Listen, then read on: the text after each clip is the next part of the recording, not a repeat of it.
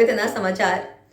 સુરત શહેર સેક્ટર 1 મહિલા પોલીસ દ્વારા સ્ટેશન કતારગામ ખાતે આજે ઘરેલુ હિંસાથી દુઃખી મહિલાઓ પોલીસ સ્ટેશન આવે ત્યારે બાળકોની સાચવણી થઈ શકે તેવા હેતુથી બાળકો માટેનું ખીલોના ઘર પીઆઈ ભટ્ટ સાહેબના વિચારોથી તૈયાર થયેલ માનનીય પોલીસ કમિશનર શ્રી અનુપમસિંહ ગેહલોત શ્રી દ્વારા શુભારંભ કરવામાં આવ્યો.